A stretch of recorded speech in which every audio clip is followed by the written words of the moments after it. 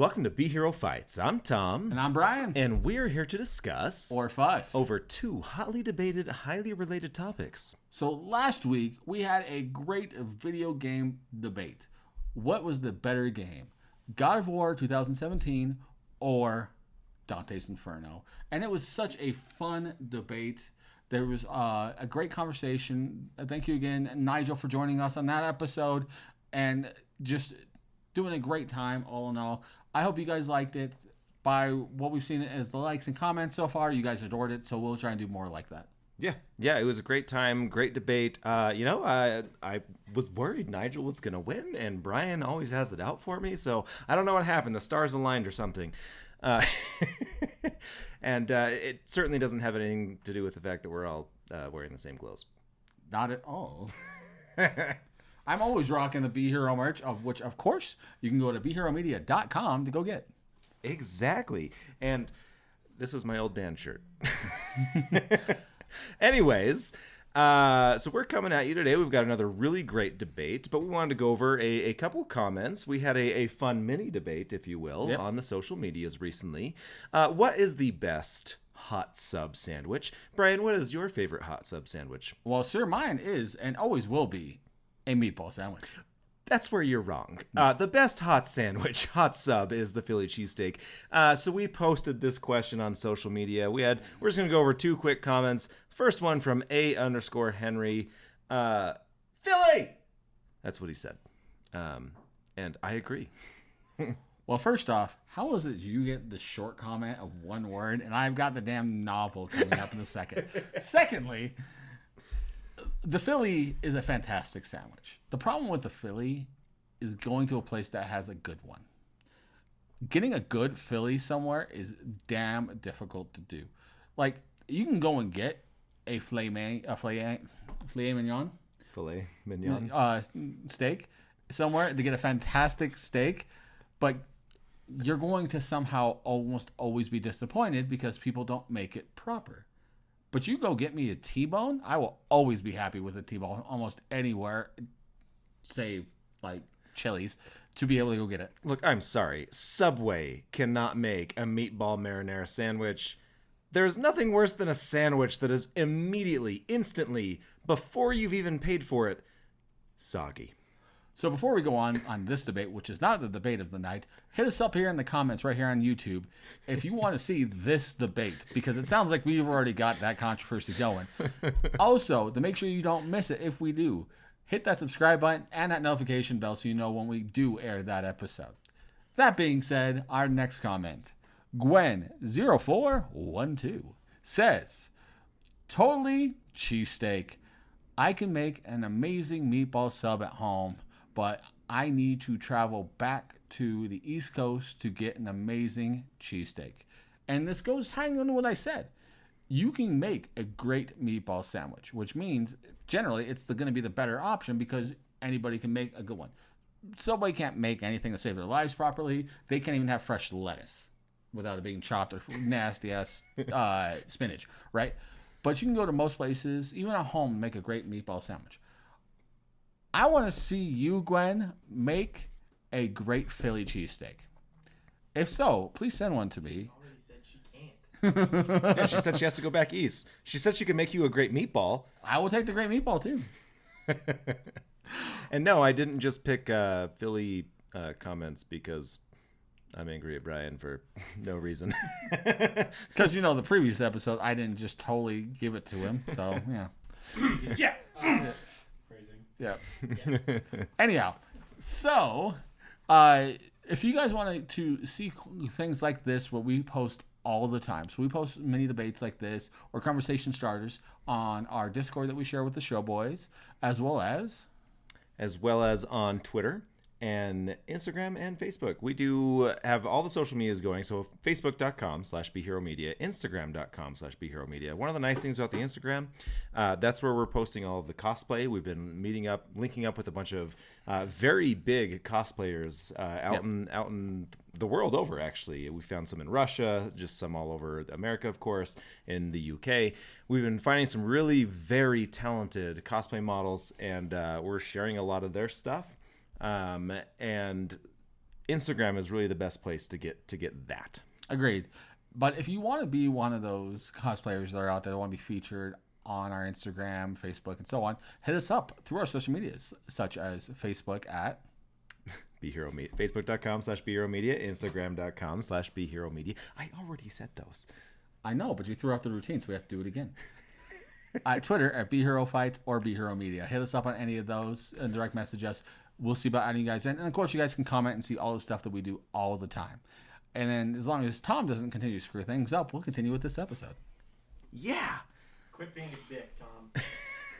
Today, we are drinking the age-old classic Guinness, a dark beer for a dark conversation, but it's not going to be too dark. We are getting into the Halloween season. Correct. The best time, if you will, of the year. And so we're drinking some Guinness. It's lovely. I'm a big fan. And that is in honor of one of the greatest authors of all time, You guys Stephen King. So today we wanted to debate what is the best. We're not going to quite dive into Halloween yet, but we did want to start by tackling Stephen King. What is his best non-horror movie? The Green Mile versus Shawshank Redemption. That's right. But of course, we can't do this kind of conversation alone. So we brought in a returning guest. Our dear friend Craig has joined us once again for this episode. And he will actually be fighting. Craig, welcome back. Thank you for having me. Of course. Now, what side would you like to fight upon? Oh, I'm sorry. I'm going to have to take Shawshank. Okay. I'm going to have to break out of this prison and show you. That was really awkward. I feel like I need an adult now. That just plays into the plot. As always, we will be having additional commentary from our puppet gallery, as we'll call it. Yeah. We were informed about the political correctness of the Peanut Gallery. Nigel, our dear friend, who has been with us the last 2 episodes, was kind enough to Stay around for this one. woke us. One fact of useless knowledge that's running around in my head. Yes. So we now call it the puppet gallery. Yeah. Which has a really interesting connotation now coming in my head that we're not going to go talk about. So, Just as bad, just as good. Sock puppets. yes, sock puppets. Are they Anyhow, You're never going to win. Did you watch them? Anyhow, so on this, guys, we're going to go and have this debate of the non-dark or non-horror episode of non-horror fiction of Stephen King, and where Craig is going with the Shawshank Redemption. I believe Tom is sitting this one out. Yep. And I will be judging. judging. And I will be fighting on behalf of the better movie, Green Mile. Yeah. So, and then of course the Puppet Gallery and Tom will have comments and questions as we go along. The Puppet Gallery will also be including a Puppet Pat.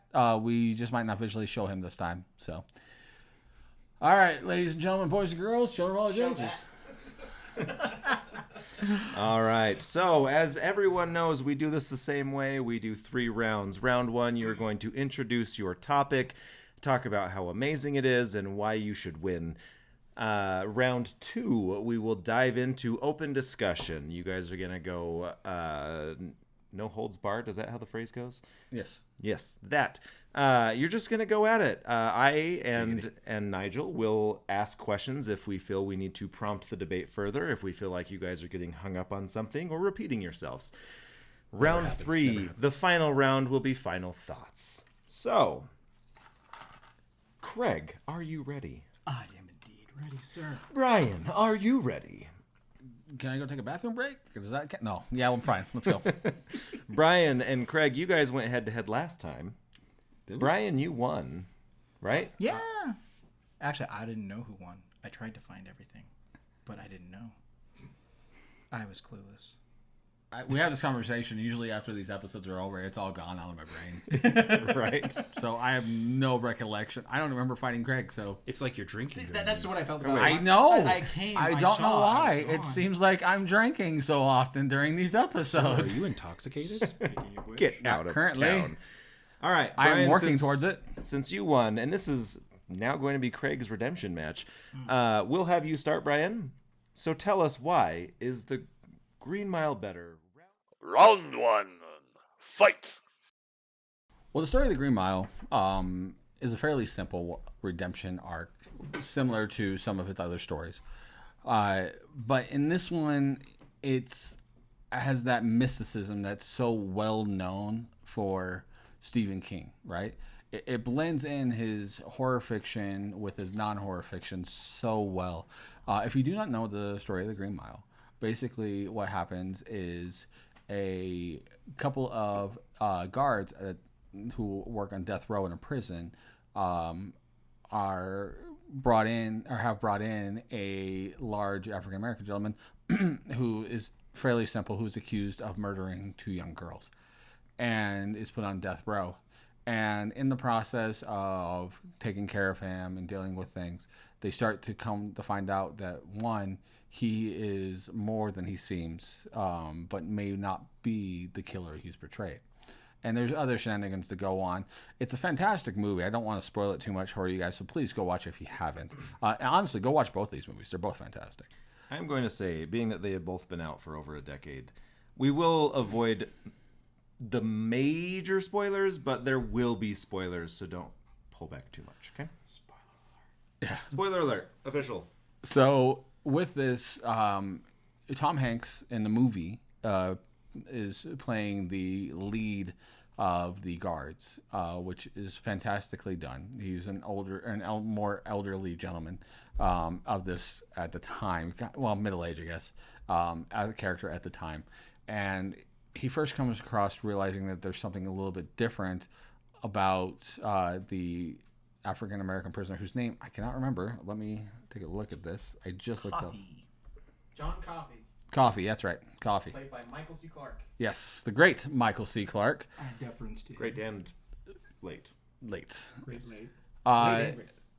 So John Coffey is brought in and is accused of murdering 2 young girls, and Tom Hanks's character is intrigued in him as he goes along and sees how fairly simple he is, how he's more of a child in a large man's body, and as he goes on, he finds that the John Coffey has abilities of doing things, including healing, and he ends up at one point healing Tom Hanks's character of an ED, essentially, erectile dysfunction, and other problems he was having with passing kidney stones and problems. And as they go on, they find out more and more about how it doesn't seem like a person like that could have done what had happened. And you get to the end to find out more things. But he even raises from the dead Mr. Jangles. Mr. Jangles, the mouse, Mr. Jangles. So it is a fantastic story that is a story of understanding. And mind you, this is also a period piece. It takes place in the 50s, I believe. We got the name wrong. Michael Clark Duncan. Yes, Michael Clark Duncan. Thank you. Thank you, Puppet Pat. Who's Coffee? John Coffey is the character's name. Like the drink, but not spelled the same. Exactly. The story is a redemption story for Coffey, but more actually for Tom Hanks's character of an understanding that people are not what they always seem, and you can't automatically assume a thing when you first see them. It's a timeless story that even plays to now about profiling people and misunderstanding people. Because of such a strong, great story and so well acted in the movies, I think this has got to be the better story between the two. Don't get me wrong. The other story I'm going up against is also fantastic, but this is the better movie. As good as it is, I have to strongly disagree. have to strongly disagree. Yeah, get closer to that mic Now- there, bud. Real close. Get in nice and close like. I'm usually louder than this, sir. I'm sorry. That's what she said. Shawshank Redemption, based on one of those tiny little books that he does as an anthology. And it's actually, originally, it was actually called Rita Hayworth and the Shawshank Redemption, because it kind of plays into a part of the movie that involves posters. But the story and plot thereof is that Mr. Andy Dufresne is an accountant, a very intelligent man, and he actually gets framed, as you come to later find out, about the murder of his wife and another gentleman that she was having an affair with. There's some incriminating evidence. There's a lot of different little things that bring them to understand that he may have done it, but he kind of maintains his innocence. He is then sent to Shawshank to be able to live out his sentence. And there he meets Red. Red is somebody who becomes not only his friend, but somebody that helps him through his whole ordeal. And not only that, he helps everybody in this prison. And so to me, this story is not just about a cute little kind of one-sided story. It's multifaceted. You have more than just one person that you're following in this story. You're actually following everybody's story. And they even break off from the characters in the prison when one of the prisoners, actually who's been there almost his entire life, goes out, can't handle it, and ends up actually, sadly, kind of taking himself out because he can't handle being outside. He doesn't know how to be outside. And that's actually part of... institutionalized. He's as institutionalized. The saying goes. Yes. He doesn't know how to be outside. He's not used to it. So he goes through this whole story, building this not only just redemption, but rebirth. This, what can I do with myself? Who is a man? What is a man? And what you bring to the table when you're in these situations. How can you keep yourself sane? How can you make other people's lives better? And that's actually a big part of this. He's not just in the prison, but he becomes a part of all these people's lives. And so through being in the prison, he makes a lot of friends. He has a lot of things happen. He actually ends up in a bad situation where a kind of rapey gang comes up and decides, nope, we're going to use you for our pleasures. And eventually, the warden realizes how Andy's actually a very intelligent man through a couple of different little interactions between him and the guards, where he actually helps one of the guards use his wife as a tax shelter for an inheritance to get the whole thing. So you get this very intelligent man that's now doing the taxes for not only the prison, but all of the prisons in the area. And so the warden gets this big idea to go, hey, I can use you to embezzle and bring in all of these little things to make my life a little bit more cushy and make sure that nobody knows. So through using Andy and through the redemption of this whole thing, Andy, you think, is kind of going downhill. He's getting really depressed, and he's asking for more little things that kind of guide you toward Andy just giving up. He's been in this for 20 years, and then suddenly this little ray of hope kind of comes in the form of, what is his name?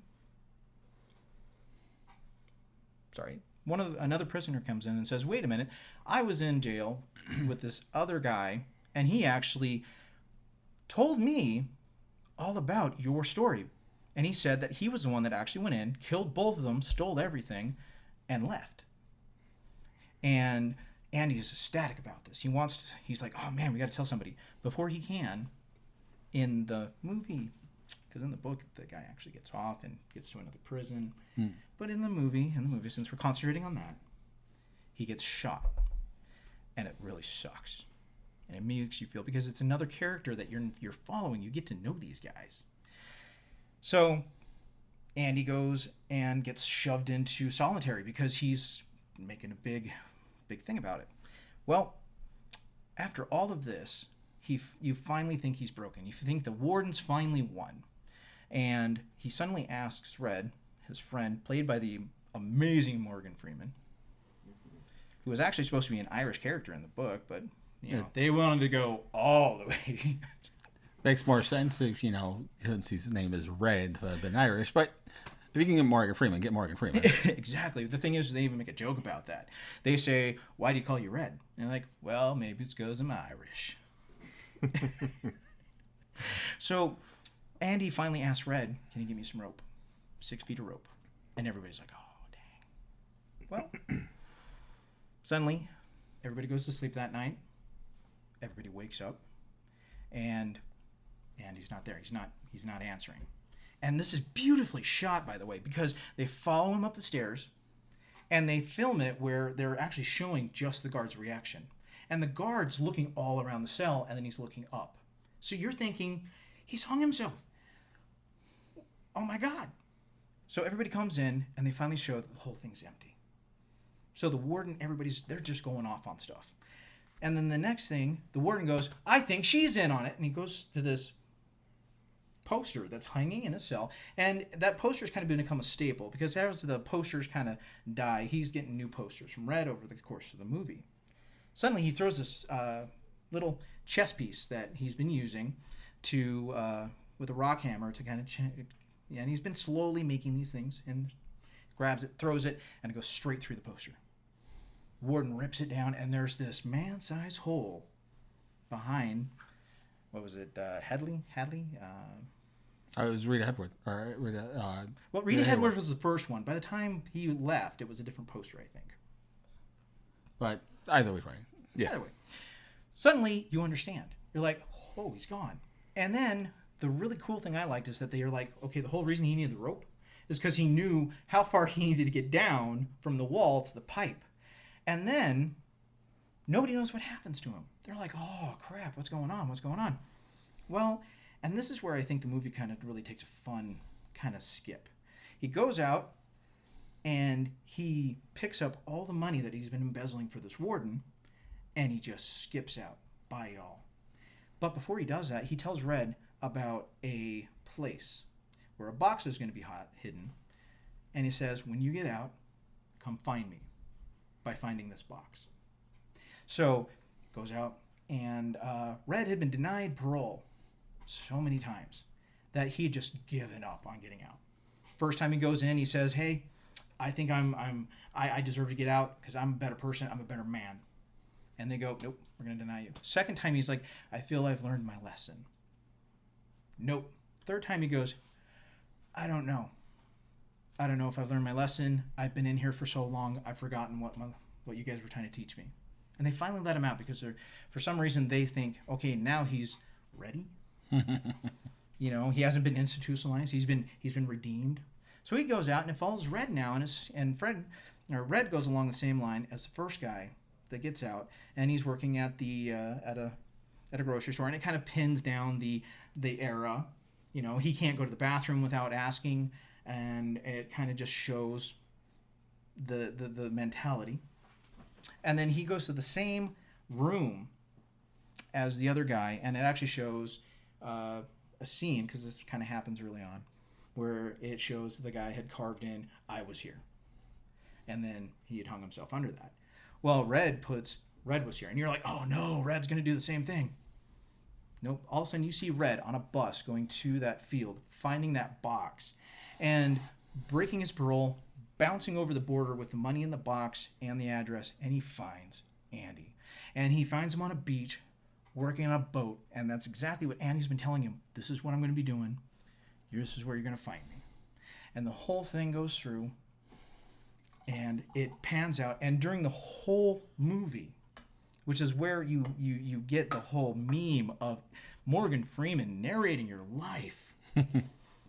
And you can't get a better life than Morgan Freeman narrating it. He says to the world, "Here we are, and pretty much we lived ever after." And I took away from that, there's that power in that, I found my friend. So, in my belief, that's a more powerful message, because there was so much more going on, and that this was a brilliant movie and brilliantly done. Right on. Okay. All right, so round 1 is over. So we're going to go into round 2 now. It's going to be open debate, interrupt each other, get your message through, convince the other person, convince me, convince Nigel, convince Pat. Round 2. Fight. All right. So, um, there was a thing I was gonna say while you were talking. I didn't want to interrupt you. That was an irritant because it's like that's not what happened. But I can't remember what it is. So hopefully I'll remember it when it comes back. But oh, it's the bathroom thing. So with the bathroom thing, where Morgan Freeman's character Red asked for the bathroom, it's not because it was the time. He was asking for it because He was so used to being in the chain gang. exactly, it's being a part of the institution. He had to ask for bathroom stuff. I'm sorry, I meant to. That's try what and he put said. that. It was about. I think it was literally he said, "Hey boss, using the bathroom." Yeah, But that's what I was trying to mean with it. It and the showed guy about responded the time. to, "You don't need to do that." I'm sorry, I didn't Yeah. expand on that. So You're right. anyhow, that being said, Shawshank Redemption is an amazing movie, right? If you haven't seen both of these movies, go watch them. If you haven't seen them, you must be pretty young. They're easily Or the just- 2 best prison movies ever made. Oh, I honestly. mean, yeah. I've seen a few. I mean, Okay, one that's a fantastic non-weird one. Oz movies. Okay. One that's a fantastic one that you do not want to watch with your wife or family around is American Me, but that's a different one. I've heard of that one. Actually. Wow, I thought you were going a different direction with that. No, it's out of really left good, field. but I've it's, seen a lot there's of a. prison movies. All right, so back to the arguments. So one, Shawshank Redemption, as great as it is, and it does tell a story, it tells you roughly the same story as The Fugitive. Just if he would have gotten caught in prison. Where The Green Mile is telling a fresh story. You're getting a story of understanding the differences between race, because it's really a race story. Where you get that great ability. They literally picked up John Coffey because he was working on the farm where the girls died. He was he was mentally slow, but he was black. And yeah, exactly. So, and this was in the South. This is why he got picked up. Where you find out later the culprit who got picked, or who actually did the murder, was a white guy who come from a rich family. So this is a race story off the start, which is a more timely story right now. Shawshank Redemption, as great as a movie is, this is not. I mean, it's timely, but not really timely. This feels like you see Shawshank, and you're like, I wouldn't watch Shawshank with my kids. yeah, I'd watch Green Redemption with my kids. Or Green Mile? Green Mile. there you go, Green Redemption. Green It Redemption. sounds like a really bad freaking zombie Mile. apocalypse. You would only watch it because there's a mouse in it. Come on. Mr. Jangles. The whole point of The Green Mile is the fact that the reason it doesn't grab me as one of the better movies is because it's got that paranormal thing that Stephen King just likes to throw into every one of his movies to just explain something or just to be weird. He likes to just kind of come out of left field with it. This is unexplainable but understandable. Not gonna lie, that's actually a very good point. And the reason I Not love every movie, obviously, Shawshank, Shawshank is but- also Stephen King. But the thing Yeah. is that with Shawshank, it was this dichotomy. You had Andy Dufresne, a well-respected white guy in the era, with Red, who you come to find out in the book actually had done what he did, and a little worse in the book than in the movie, but he had actually done it. But he admitted to it, because even in the movie he says, the only guilty man in Shawshank. But he didn't let that define him. The whole point of it was between Andy and Red, they became not only friends, but they became two sides of a coin. But wait a minute, where's the paranormal though? That's the point. There They doesn't don't have a need to paranormal be. in that one. The Okay, so story- the one he didn't do. Yeah, that's The what one I'm he saying. didn't do paranormal on. The whole point of it was you had all of these little scenes and all these little vignettes of different people in this prison actually growing because of Andy. He got the government to give them money to make a library, to make it better.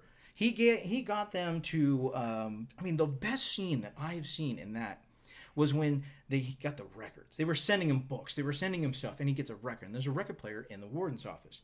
And Andy, through no fault of his own, nobody told him to do it, and he knew what was going to happen to him when they did it. Take his record, he puts it on there, and he plays it.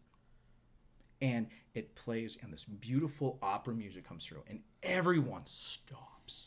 And they turn their eyes to the speakers, and they just feel this music. and they feel the moment. And even Morgan Freeman says, I don't know what she was saying, but it was the most beautiful thing I'd ever seen and heard.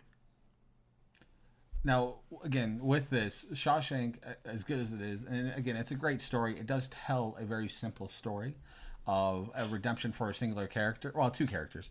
But in this, you get a redemption for so many characters based off of their first aspects of deciding. If you have ever seen how it is right now in our world where people go to prison, if you go to prison for any reason, you're automatically a criminal, right? Whether you did something or not.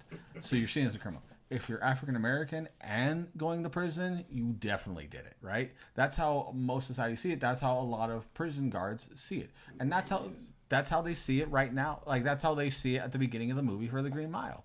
Is this man, John Coffey, is evil. He did this. He killed 2 little girls, right? And Immediately treated him as this. exactly. And as they go through the movie, and all the things that John does and everything else like that, whether it's magical or not, it is showing that there is more to people than their skin color. There are more to Shawshank's people doing the same thing. than. Well, Shawshank is doing that to a lesser extent. Oh, it is not. It Come is on. too. You've got... It's doing it the same. It's doing essentially the same concept, but for a lesser extent, because the initial character is not written as a black, as you said earlier, as a black man. They don't play onto that as much as they do in Green Mile. In Shawshank, you have a rich guy who's thrown in prison. You have African American gentleman who's in prison for doing the thing he did do, which he claims to have done, right? Which is saying right off the bat that because he is black, he did the thing, right? Whether he did or not. But in The Green Mile, they show that the rich white guys didn't actually kill the people or killed the girls, and the African American gentleman didn't. And they're showing that you don't have to go with that conversation. One of the best scenes in The Green Mile is literally the walk, right? The walk at the end of The Green Mile where they walk John to the electric chair, and watching how that's done, how every character is emoting with sadness and regret that they have to do their job, even though they know that that's not what it is, but they can't say or do anything against it because there's no way to do it. You have Andy Dufresne and you have Red, who literally run away from prison. Mind you, it wasn't the greatest thing, but they didn't do their time. But no, let me finish.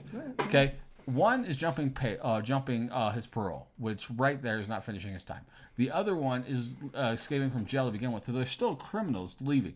Where you have John Coffey, who was offered the opportunity to leave. The guards were going to let him escape, right? He chose no.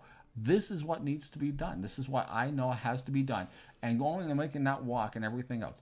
The innocent person, the one who turned everyone's heart around on the thought of race and everything else in that movie, was the one who sacrificed himself to what he needed to be done. Like, There's no surprise in that movie, though. It goes A, B, C. The Powers was kind of a surprise. The Powers was kind of a surprise, but once you understood and accepted that, and you had the suspension of disbelief, you still saw it. You knew A was happening, B was the result, and you knew he was going to do what he was going to do the second it came up. The mouse gets killed, but by that point you kind of already knew that something was up, and he brings it back to life. So you knew that after that there was going to be something else that he did that kind of brought these guys into their awareness. When he makes that walk, I get it. When he says, "I'm tired, boss," but you knew that. You knew that he was going to deny himself. About John Coffey. it's not. But neither is Shawshank about Andy. It follows him, but you see the other characters growing too. Red grows and understands, I did something terrible, but I found something to reach for. I found my own dream. And you can never take back what you did, but you can become a better person from it. And when Andy left, he went through, I mean, you got to admit, that's one of the coolest scenes. He's sitting there, and you can imagine how many hours he sat on that pipe. If you're going like, am I in this actually? Yeah. And he had to wait. He had to wait for lightning to hit to be able to get into that. And then he had to go through, I know they get the distances wrong in this, but A mile of shit. a mile of shit. You could imagine everybody feeling bad going down the Green Mile, but you feel that. You can see it, and you're like, okay, I get it. Everybody feels bad, but he's already denied his ability to leave. And the other hand, he is crawling into that pipe. He is shuffling down. It even shows him throwing up a couple of times. He gets out, and the one thing that they find is a bar of soap and his prison clothes. All right. Because he took a bath. He was getting clean. I'm gonna get in the mix in here a little bit. I'm gonna ask some questions. Everyone, at least in this room, has seen the movies. Hopefully, everyone that's listening has seen these movies. So let's try to not to get too much into the details of just focusing on events. So I'm going to ask a question because you brought up an interesting point, Craig, that the Green Mile is very straightforward, whereas Shawshank Redemption has like twists. Now it's just you could just as easily say like, yeah, but once you know the twist, it's no longer. It's So not let's- M. Night let's focus- Shyamalan, but let's- yeah. So let's focus on that for a second.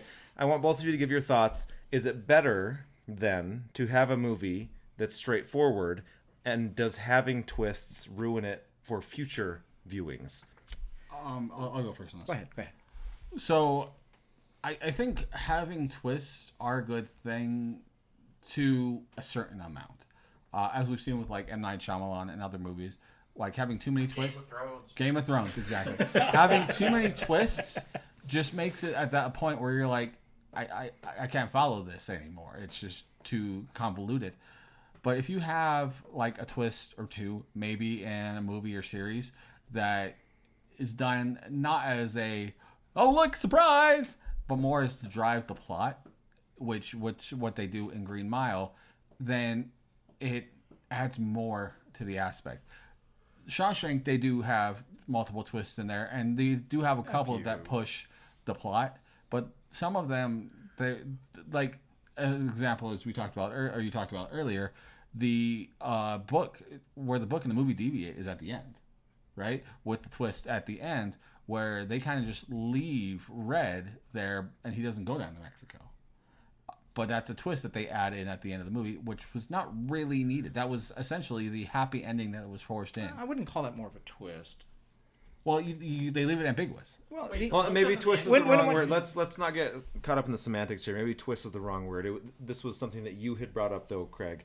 You know, A, B to C versus like there are the moments where we think that someone killed themselves and they didn't, right? We think something's going to happen, and then the twist in what I was trying to say is something didn't happen. So I guess for rewatchability, for a storytelling standpoint, Brian has given his answer. You give yours. For Shawshank, the reason I'd say it's rewatchable, and Apply this to both movies. I'm kind of plucking this out. I'm plucking this out because I kind of read a similar statement. When you're running through your cable and you're just, I'm bored, I'm going to watch something. You come up to the Green Mile and you see Tom Hanks and you're like, oh, it's the Green Mile. Cool. You watch 3 minutes of it and you're like, okay, if it has a commercial, you're immediately off of it. If you get bored after a couple of minutes because you're like, you know what's going to happen, you get bored watching it. You go on the Shawshank, though, and it's only 30 minutes in. Even if it's 30 minutes in, you're in for the rest of the night. You're like, oh, man, Shawshank. And you're in it. You're on it. And you're watching because even though you know those little turns that it kind of takes through the narrative, that you're going to get the whole story. You're going to enjoy the story. You start noticing the small nuances that they kind of put in there. You start noticing the growth of these friends. You start noticing this other character that kind of you didn't see going through his growth or their growth. Even the background guys sitting at the table, all of them had little plot stories that kind of came up. In Green Mile, you've only got the guards and Coffee and the couple of other prisoners. By the end of it, it's just Tom Hanks' character as a 108-year-old guy. And you know what's going to happen. His whole question is, how long am I going to live? Am I being punished? Shawshank, on the other hand, you're like, what are, you're looking at it going, I want to see what these guys do. Do they continue to be out? Do they start a bar? Or the growth that they have. And even by the end, you feel satisfied that, yeah, it was pretty much jumping bail or escaping prison. But who doesn't like to Go with the guy that escaped jail. When do we not like even the that's why they call it the anti-hero, or at least we call it the protagonist? Who doesn't want to see those people make it through? And I love how they added that little thing at the end over the book with Red. That shows Red's growth. That's his end of the story. And he got out. That was his end. So unlike Lord of the Rings, it had 19,000 different endings. This one had everybody in there that they had as a character had their own little ending. Well, before you went, real fast, you can't really just say that I'm flipping through channels. I'm like, oh, I'm just going to skip over Green Mile, because you can't say that. You don't know how people are going to affect that. I personally very much enjoy, especially towards the end for Green Mile, way more than I liked Shawshank. But I'm going to be different than you are. You're going to want to change your channel. So you can't really say that, because that's all relative things, right? And when it comes to twists and plot pushes, and story beats, there are so many stories that they do and touch on in the Green Mile. You have the warden who's on there who has his thing. You have Tom Hanks we talked about, and the other guards and stuff like that. You have the difference between what happens with Sam Rockwell's character, who's the character who actually does commit the murder. Wild Bill, I think, yeah. And then there was like one other character before that where they show you how it's going to go with the walk and the Green Mile and the execution. They tell his story. And they give you so much story in where, like, with Wild Bill, they know that he killed him. So what they do is they don't wet the thing. Or even the evil. Like, there's a bad guard. Okay. Right? So there's tons of extra story in there and stuff like that you're just skipping over because it doesn't give you the nuance you want. You look at those characters. And you're like, wait a minute. You know that the bad character, he's already going to be bad. I mean, that guy, the actor, he went wholehearted over to it. He went to that, this guy's annoying, we all hate him. You knew who to be mad at. You knew who to be, okay, you're the bad guy, okay, you're the crazy guy.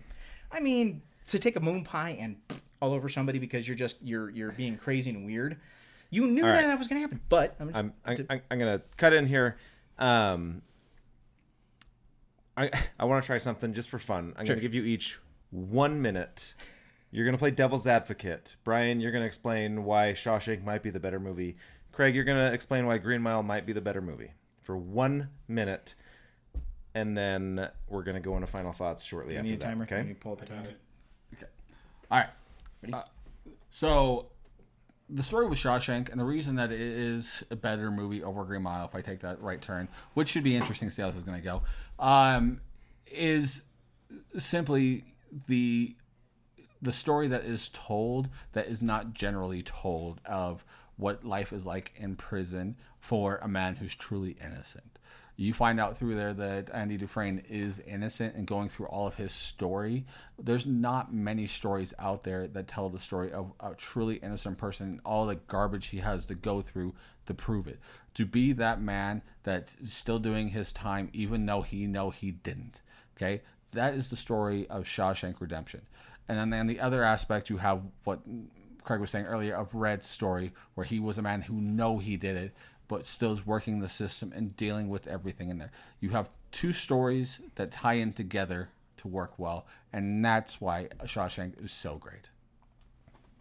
1 second left. Nice. Well done. All right. Well done. It's not my first time. I liked it. And Craig? When you're ready. Go. All right. Well, Green Mile, it is a beautiful story. It is a well-told story. You've got characters in there that actually kind of have some depth to them. They actually show his pain when he's going through that, the kidney stones and the urinary tract infection. Yeah. It actually shows him reconnecting with his wife. It shows that, even the Mr. Jangles thing, I mean, because they have him at the end, they make that character part of the whole thing. Coffee himself, when he says, "I'm tired, boss. I am just so tired," that is timeless. You cannot tell me that there is not any time that you can show any kid or anybody else and they wouldn't go, "God damn, I don't want to feel that way about the world." But you also, on the other side, you don't want to be able to see him go. And when he does go, you feel it. When he's got Tom Hanks's hand and he's showing him what's going on, you feel it. You see the scene. You feel what happened. Yeah. So I'd say it's so much of a strong, powerful story for that. All right. Very interesting. You guys are doing really good. we're going to just go ahead and start closing this out now. So we're going to go into the final round. Final thoughts. Each take about, 1 or 2 minutes. Final round. Fight! I'd say that Shawshank, the reason that I think that it is that movie that you stop on, because even in where it's anywhere in it, I've done this myself. I've been just flipping through and I saw, and it's like the scene where he's feeding the bird the maggot, and you're like, Shawshank! And you can look at any scene in that movie and you immediately know it's Shawshank. Green Mile, it could be you flip onto a scene and it's showing scenery or it's showing like one part or another and you don't quite click in for a second. You're like, what is this? And it's got to get into it to be able to see it. Shawshank, on the other hand, they show the big rolling hills, they show the roof scene, anything, and you're immediately, Shawshank! And you stop and you watch the rest of it because you just get sucked in. It's not because you're choosing not to move on. It's just you get sucked in. I don't feel as sucked in to Green Mile, even though it's a great, wonderful story. But you get sucked in because you feel Andy. You go in with Andy. You feel it with Red. And you see all of this happening. And at the end, you feel it. You're like, cool. And that big shot coming off, you're going away with that feeling, with that immediate, it's over and it's great.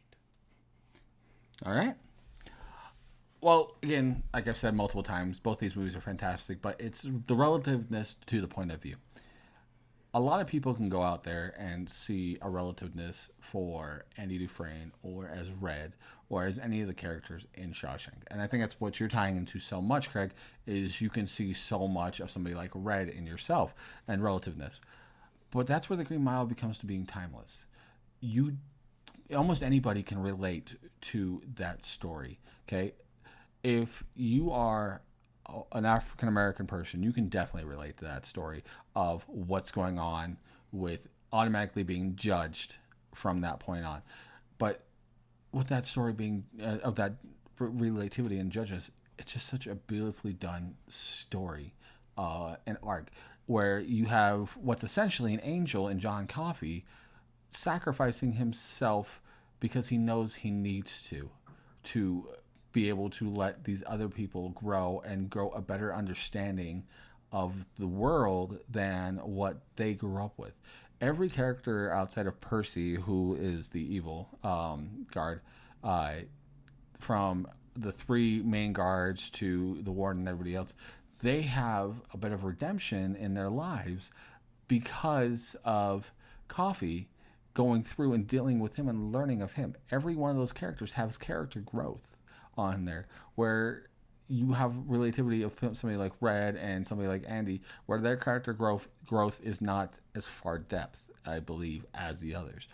You go through with Andy like a bit of understanding of A to B, like not being angry, then dealing with depression, then go through acceptance, everything else like that.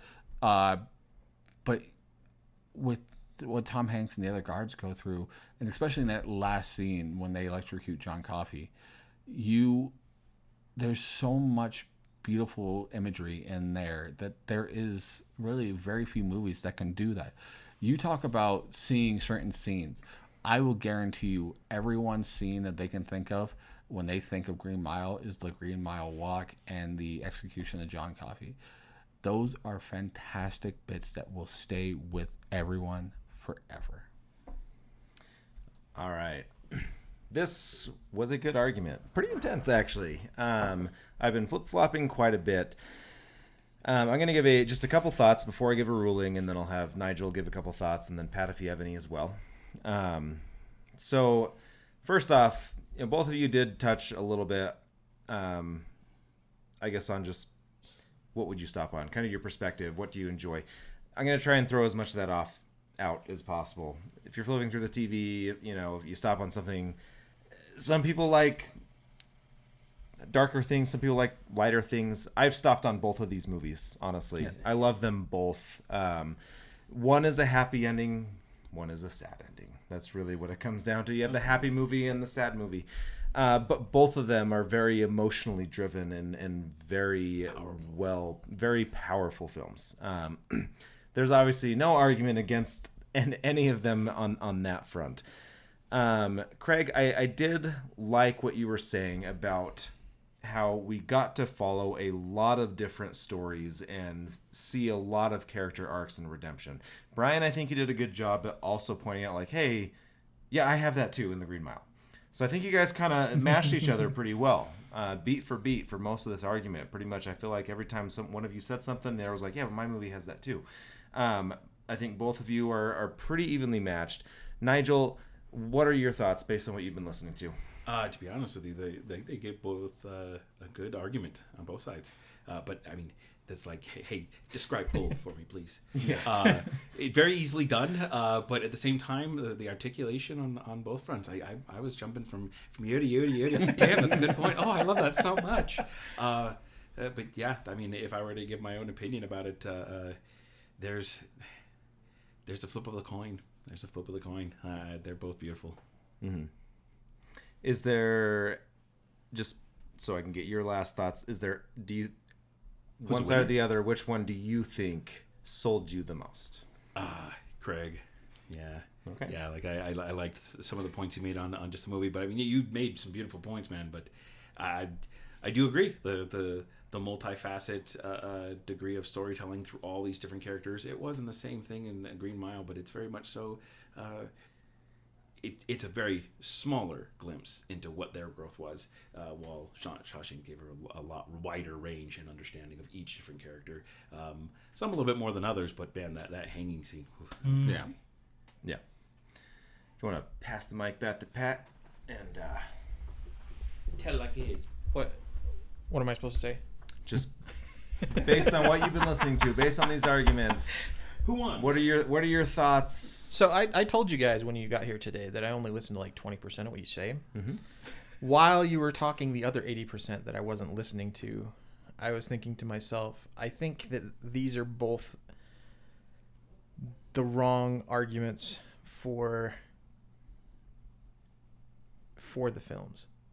For me, The Green Mile is a story about a man living with the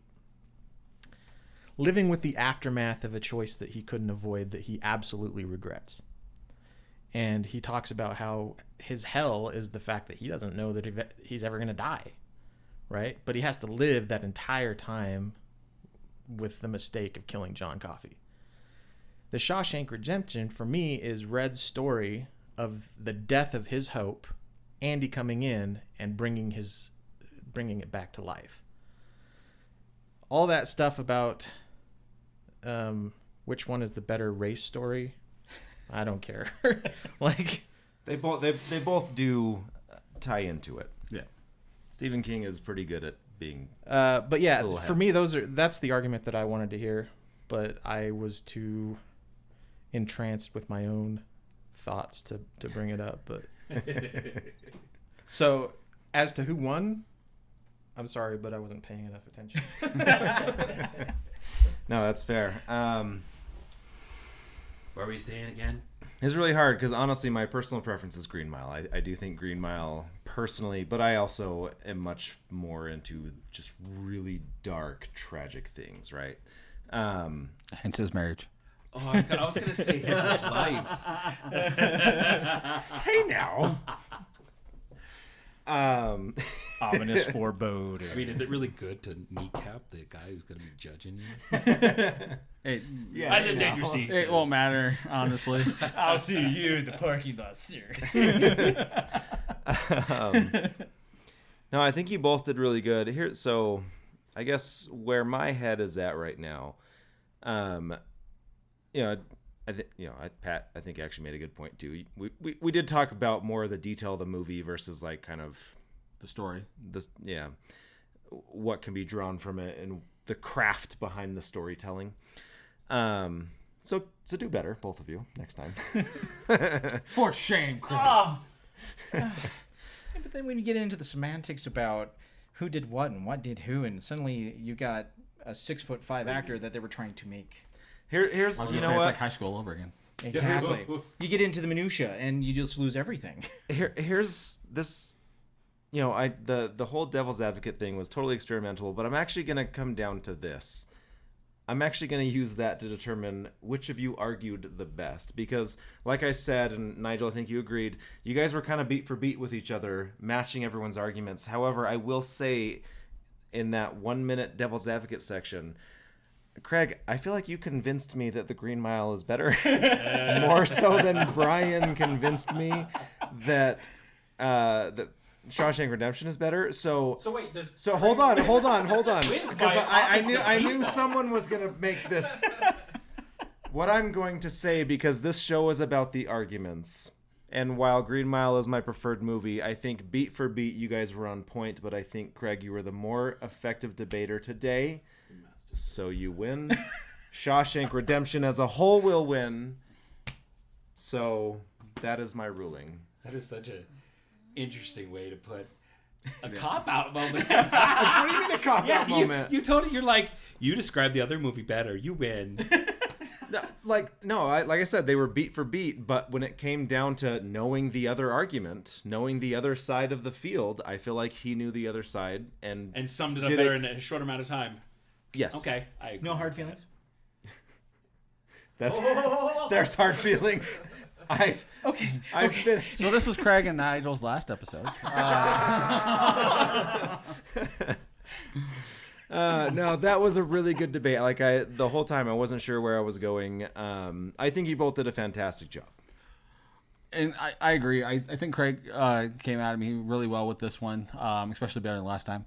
So, like I remember last time. He wasn't drunk either. This is just him forgetting. Yeah. So many chair shots to the head will do that to you. But guys, let us know what you guys think. Hit us up here in the comments. And while you're there, hit the subscribe button and the notification bell as well. But let us know what you guys think, which was the better movie, how wrong Tom was. Whatever you want to go with, let us know here in the comments.